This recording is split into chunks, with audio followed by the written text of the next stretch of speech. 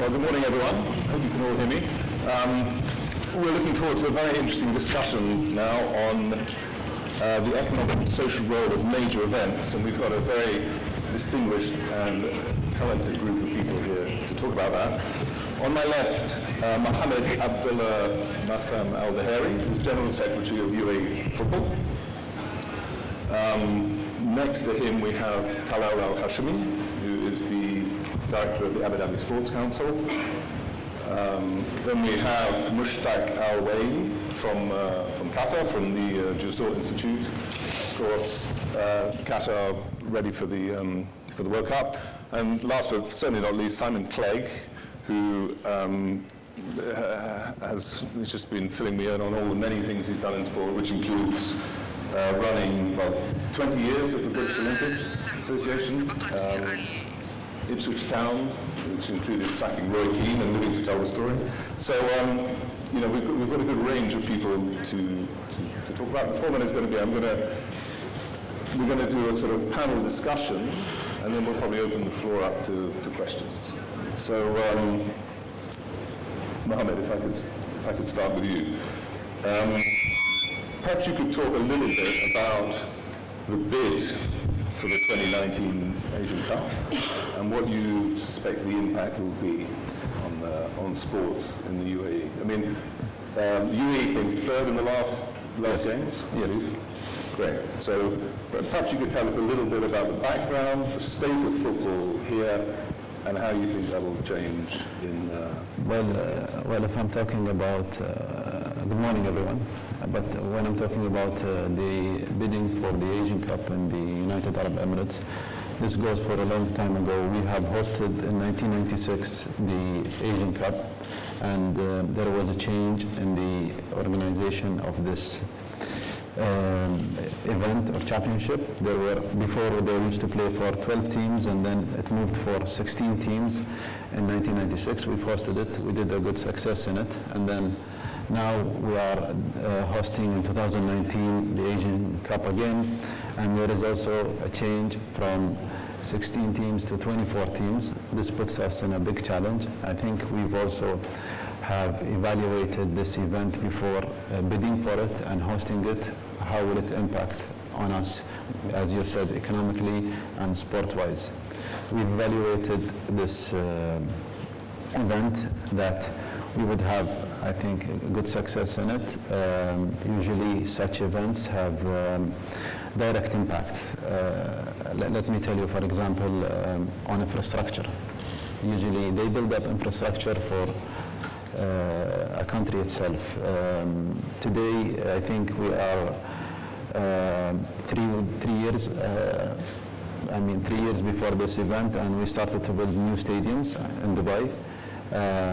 We started also to upgrade some stadiums in the United Arab Emirates, in Abu Dhabi and Al Ain itself. So which of the venues? Dubai, Abu Dhabi? Dubai, Abu Dhabi, Al Ain, Sharjah, and that's it. Okay.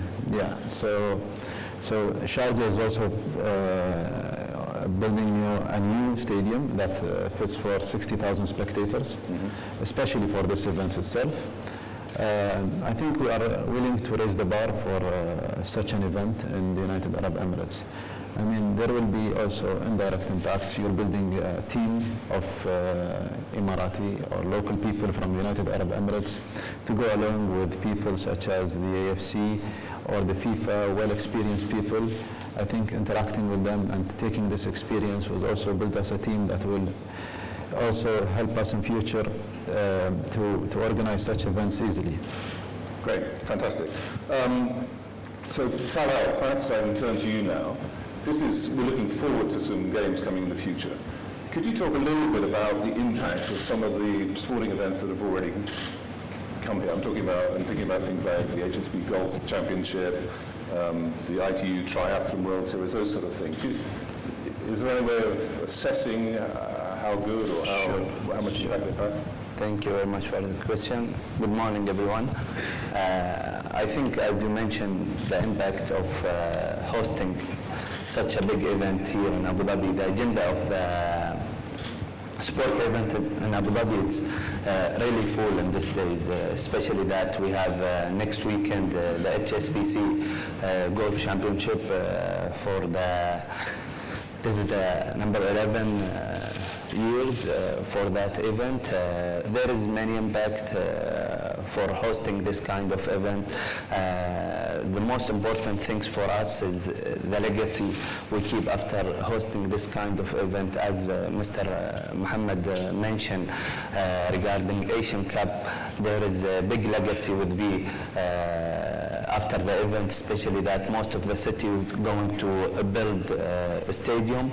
Same here when we host any event in Abu Dhabi, we think a lot about the community, how we can involve the community on this event, and even on the facility after the event, how we can use it. This year will be, I mean, in next 2 months also we will host here in Abu Dhabi the ITU Triathlon Championship and World Champion of 10K swimming, and the high dive World Champion also will be on the Corniche. It's nice to use that nice place for this kind of competition here in Abu Dhabi. And are you seeing a result of these events? More Emiratis playing golf, or more Emiratis running, swimming? Actually, after the success of HSBC Golf, this year we have a program for the Emirati boys to learn golf. We have a target for 4 years that we will let 5,000 Emirati boys to participate on that program, and we hope to see one of them one day in the Olympic Games, especially that golf will be Olympic in 2016 in Rio de Janeiro. Okay, excellent. Very good. Mushtaq, if I can turn to you now. Perhaps you could tell us a little bit about the Jussur Institute in Qatar. Well, thank you very much for the question, and good morning, everybody. Is this working or? Yeah, okay. The Jussur Institute is basically a catalyst. It's a vehicle. It's been inspired and established in 2013 by the Supreme Committee of Delivery and Legacy. That is the governmental body that was set by the state of Qatar to make sure that the state is well prepared to stage a major event, a global major event, is the FIFA World Cup 2022.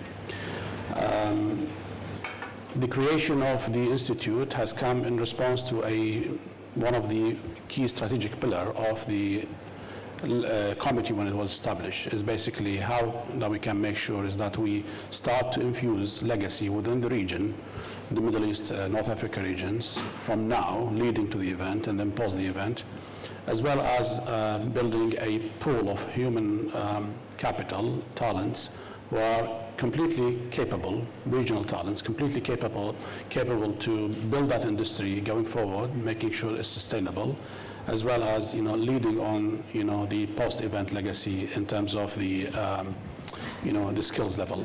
So we've been in the business now for 2 years, delivered a number of successful programs. We have a flagship programs that are currently underway, a diploma and a certificate level. Very similar to those are run by the FIFA Masters, the Olympic Masters. Is just compact modulars. They target more the professional development rather than the academic development. So and there are also other programs running in the institute. We can talk on some details later. The bottom of that is just basically, I just want to make sure that it's a continuation to what my colleagues have started to say. Muhammad has talked about how important for the UAE to start from now to build, to create a capacity for the 2019 AFC Cup. He has, as a general secretary, as a leader of the FA, has to make sure that he has left no stone unturned. And the keystone in that preparation is the human capital, is making sure that there is there's a large pool of talents from within the region, from within the UAE, nationals and non-nationals, resident of the UAE, resident of the region, who are capable of making sure that they lead that delivery. is the same for a host nation. Is the Abu Dhabi Sports Council is the authority that is responsible making sure that the host is successful. So it's always a pillar. The human capital development, the talent development is a pillar, is a key pillar of preparing for major events as well as running the major events when it comes. And the Jussur Institute lives within that if you say sphere of preparation. Great, fantastic. Simon, if I can turn to you now, because it seems to me everyone always talks about legacy going forward, but you've had the experience of running the Baku Games, the European Games. Perhaps you could tell us a little bit about that, and then what you thought was the legacy of those games. Thank you. Good morning, everyone. It's a pleasure and a privilege to be here with you in Abu Dhabi this morning. In terms of the European Games, I think the first question is, well, why do you need a European Games and why Azerbaijan? As people from this part of the world will clearly understand, there's been an Asian Games since 1951, there's been a Pan American Games since 1951, there's been All African Games and a Pacific Island Games since the 1960s and 1970s. But despite the athletic prowess and the commercial strength of Europe, there has never been a multi-sport games for the best athletes in Europe.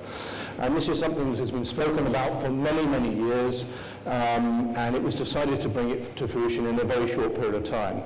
We had just 18 months to deliver this event, where normally an Olympic Games or a Pan American Games or a Commonwealth Games would get 7 years of preparation. So it was very condensed. We went to Azerbaijan primarily because the president of Azerbaijan, President Ilham Aliyev, was president of his National Olympic Committee before he became president of the Republic. So he comes from sport and he understands how sport can be used to deliver political objectives. In terms of the event, we were 20 sports, 16 Olympic sports and 4 non-Olympic sports, 6,000 athletes, 3,000 officials from the 50 National Olympic Committees of Europe, and delivered for an inaugural event a global television footprint of 823 million households. So it really was able to resonate particularly well. It's really challenging bringing a new product like that to market. But you asked about legacy, and this is something that every sports organisation is now being asked about. Of course, Azerbaijan is a very young country, only 24 years old since it gained independence from the Soviet Union. So part of this was about the physical legacy in terms of building some new facilities that hadn't been in place before. I think we built 5 new facilities, including a new 65,000-seater main athletics and national football stadium, and about, I think we had 6 temporary venues as well. But very much consistent with what the previous speakers were talking about human legacy. This was about upskilling the population. I ended up with just over 2,500 full-time staff. 450 of those were expats. And we needed the expats to come in because the concentration, the period of time that we had to prepare was so short. So we got a really interesting and quite dynamic international group of people together, 43 different nationalities on staff, and total integration between the local workforce and our own. And this made for a very exciting environment. And the reason the upskilling was important, of the population was important, was because Baku has got long-term aspirations within the world of sport. They've already bid twice for the Olympic Games. They're hosting Formula One this year for the first time ever. They're hosting Islamic Solidarity Games in 2017 and 4 matches of the European Football Championships in 2020, including a semi-final. And I'm really proud that we have left a human legacy there. And I now look at the organising committee for the Islamic Solidarity Games, and a lot of the people that I was privileged enough to work with, the Azeris, are now filling the key appointments there. And other aspects of legacy, of course, would include sports participation, creating an environment for interest for sports other than football. No one in Azerbaijan or Baku, which is a relatively small country, 10 million people, 3 million people in Baku, had ever bought a ticket for anything before, apart from football matches and pop concerts. So trying to get people into the culture of buying tickets, and I think we sold 500,000 tickets for things like judo events and archery events, was a good experience and again, part of the legacy. So you see the legacy in sort of three ways. One, a team building a body of people that can run events. Two, people who participate. And three, educating an audience to go and watch those events. Very much so, in terms of the human legacy that's being left, as well as the physical legacy, yes. Great. Mushtaq, if we can come back to you and talk a little bit about Qatar. Yeah. Presumably Qatar had no idea or no concept of what it was getting itself into at the time. They presumably just thought that you had a successful bid for the World Cup and that would be the end of it. And then you had a lot of criticism in the press and sort of ongoing, should it be moved? Can you update us on that and how you dealt with some of those issues? Well, I don't think I am in the right position to comment on, how the Supreme Committee have handled this criticism or, media scrutiny. I think if I speak on this, I'll speak for myself, as an individual, because the Institute I run is really sitting very autonomous way from the Supreme Committee in terms of delivering the business. It's very simple, the way that Qatar have responded to all of this is just by keep working, just by keep making sure that we deliver on the promise. The promise was made to the world in 2nd of December 2010. Our leadership was presented there in the highest level. I very much remember the very first interview that was given by His Highness Sheikh Hamad bin Khalifa, the father, the Emir, to the media, right after the announcement of the winning of the bid, where he said, "This is a day for the Arab." So he didn't say this is a day for Qatar only.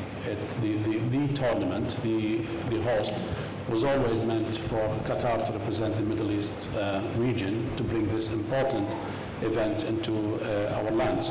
So I think the responses were by Qatar were always by working hard, making sure that they deliver the promise, and maintaining that integrity position that we have always maintained since the day we have bid for the event itself.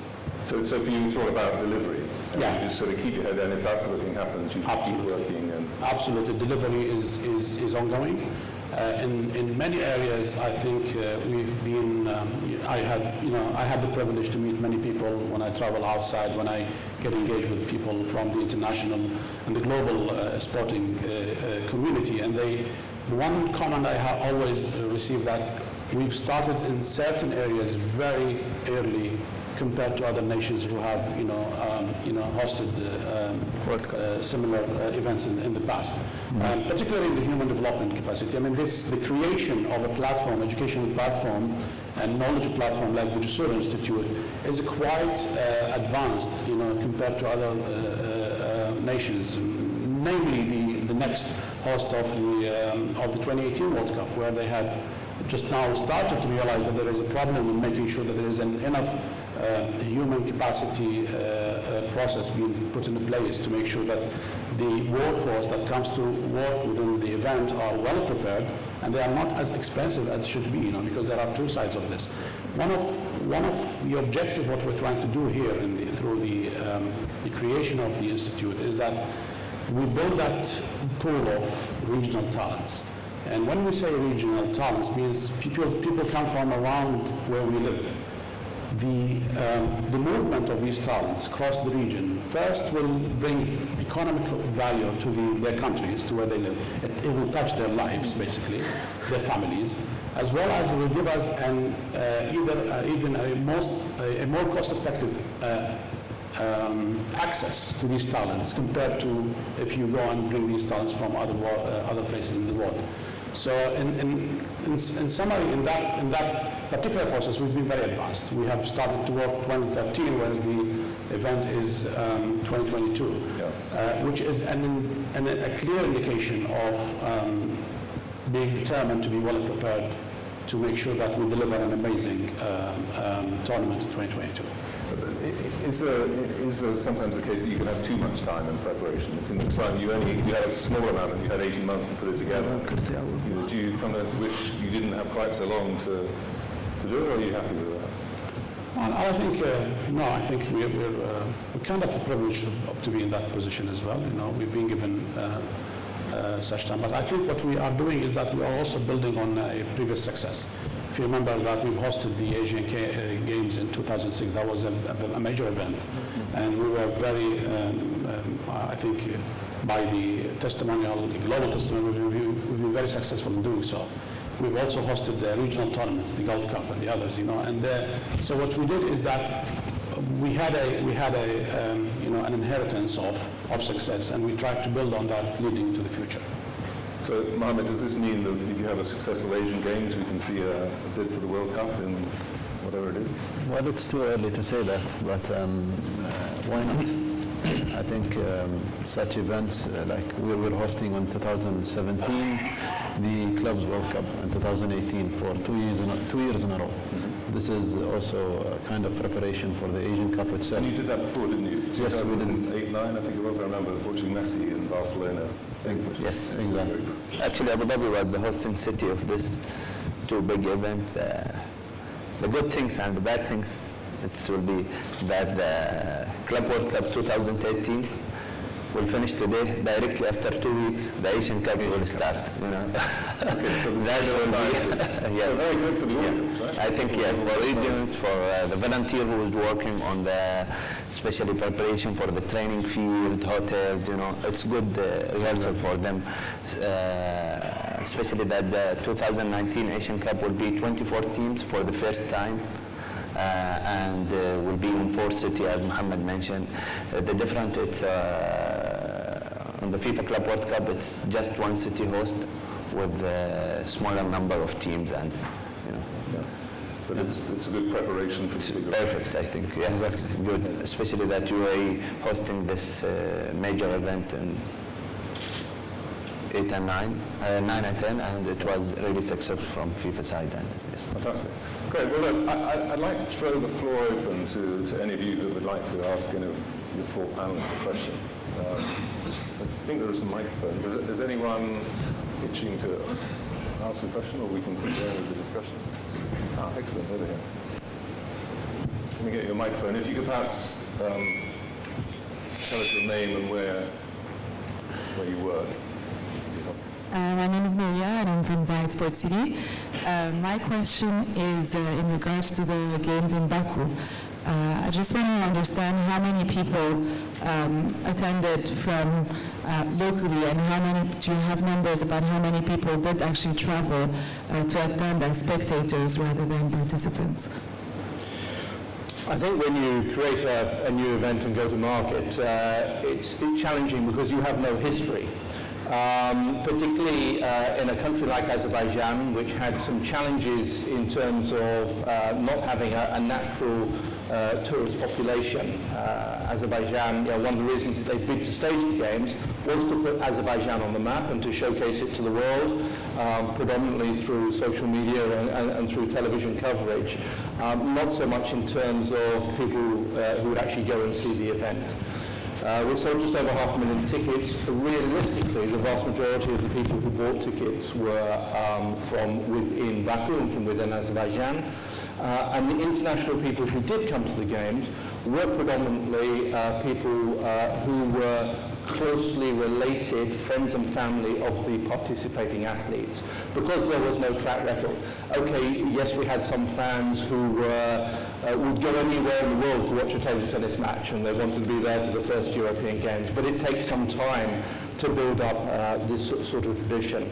So I think that one of the things that we were able to do was to get a presidential decree passed that would ensure that anyone who had an accreditation could get into the country without needing a visa, but also anyone who purchased a ticket and either had it in their hand or could demonstrate that they were going to collect it in Azerbaijan had the opportunity of being guaranteed a visa when they arrived in the country. This was really different for Azerbaijan because normally you cannot even get onto an aeroplane to fly to Baku unless you actually have a visa in your hand. So there were some challenges. Also, Azerbaijan has a fairly small hotel stock. I think that there were, I think that we needed something like 65% of the entire city's hotel stock just for the international federation and the technical officials and things like that. So there wasn't the hotel stock there for massive numbers of spectators. But Azerbaijan was incredibly pleased and proud in terms of the way that they were able to showcase their country to the world through social media and through the broadcasting. So certainly politically, it hit the objectives that they set out to hit. Thank you. Okay. And Simon, is that visa restriction still in, has it reverted, or can you still go without a visa now? A number of the countries from the old Soviet bloc, still have administrative systems that were set up and were in place for decades. And some of these things, take a long time to change, particularly if you look at geographically where Azerbaijan is in the world and some of the tensions in that part of the world. So there are very good reasons why they would have levels of internal security that they have. And certainly the success of the games and these visa restrictions will allow them to soften their approach and to increase their tourism industry, which is going to be critically important, particularly with the price of oil at the moment, and Azerbaijan being so dependent on oil and gas for its national wealth and revenues. Interesting. Very good. Yes. Hello, I'm Ed Atkinson from Expo 2020. One of the words in the title of the forum is economic role in major events. We've talked about preparation, we've talked about legacy and the social legacy that is inherent in the Baku Games, for instance. How do you sell legacy to an economic participant, a sponsor, and a government, if you like, to say this is going to give you value? Obviously, during the event, you have coverage and you have etc. But legacy must be a main part of your sales pitch, if you like, to a big sponsor. How do you ascribe value to that? Who would like to answer that? Very interesting question. Should we all have a go? Simon, do you want to start? And then we'll... Well, as I've said a couple of times now, going to the market was something new, particularly in Azerbaijan, which had not a particularly sophisticated and maybe an immature commercial market. We were able to generate 50% of our sponsors were from the domestic commercial program, and then 50% we had Coca-Cola, we had BP, we had Procter & Gamble, and we had Swiss Timing as our main tier 1 sponsors. We were able to give them on-venue advertising rights in a way that's never been done before. It meant that Coca-Cola couldn't advertise in red and white, so we sympathetically engaged the sponsors' logos into our own corporate branding and our own corporate colorways. And when you look on the return of investment for the sponsors on a global basis, particularly when you deliver a television footprint of 823 million households, the return on investment was significant. And I am absolutely convinced that not only has the European Games got a very exciting future ahead of it, it also has a very exciting commercial future ahead of it.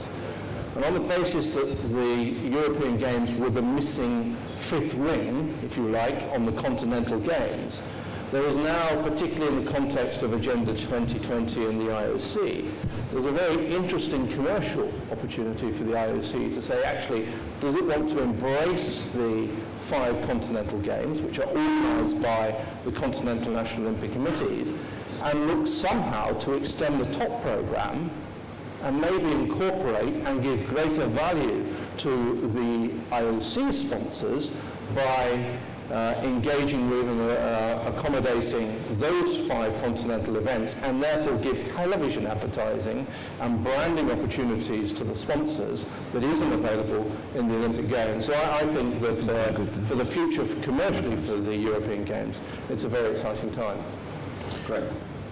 I also think on the same line, and it's been evident that major events we inject a substantial economic value back to the host nation. There are many reports that prove that. There are cases, have been studied. The latest is the London Olympics 2012 have, I think, generated about 9.9 billion back to the economy in terms of economic boost. I mean, there are research that shows, how or quantify the economic impact that hosting major events would create into a host city. But in terms of the legacy of that, and this is kind of the tangible legacy, really. It's and it will not offset at all whatever you're going to invest in the country to host that major event, because there are major infrastructure investment that you will make. They will be written by the government because they come part of the national development plans. But the human legacy, I think, and the emphasis on that is key. And I am a bit biased to that because of my position in Jussur. I think this region particularly speaks a lot about economical diversification. How we can make sure that this is a region that hugely depend on the oil or gas in terms of GDPs. So we want to create new streams of revenues back into our economy, and the creation of skillful people who are either choose to work within organizations to contribute into their economic value, or create to be entrepreneurs within that industry with SMEs creating their own businesses.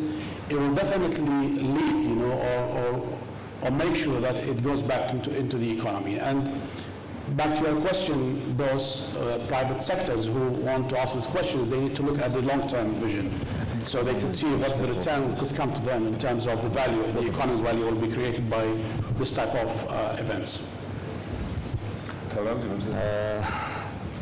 I think it's very important for the companies to be a sponsor of such a big event. I will talk about Abu Dhabi Tour.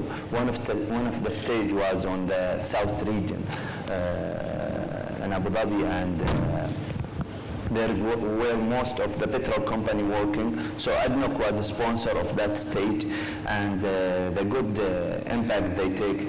If you go to any program or channel and you try to broadcasting whole the city or that region for 2 or 3 hours, the racing was more than 100 channel was broadcasting that race.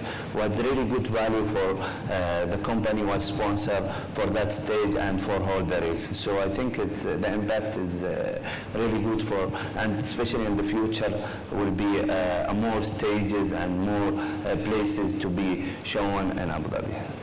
Okay, so you think it's self-evident that... Yes, sure.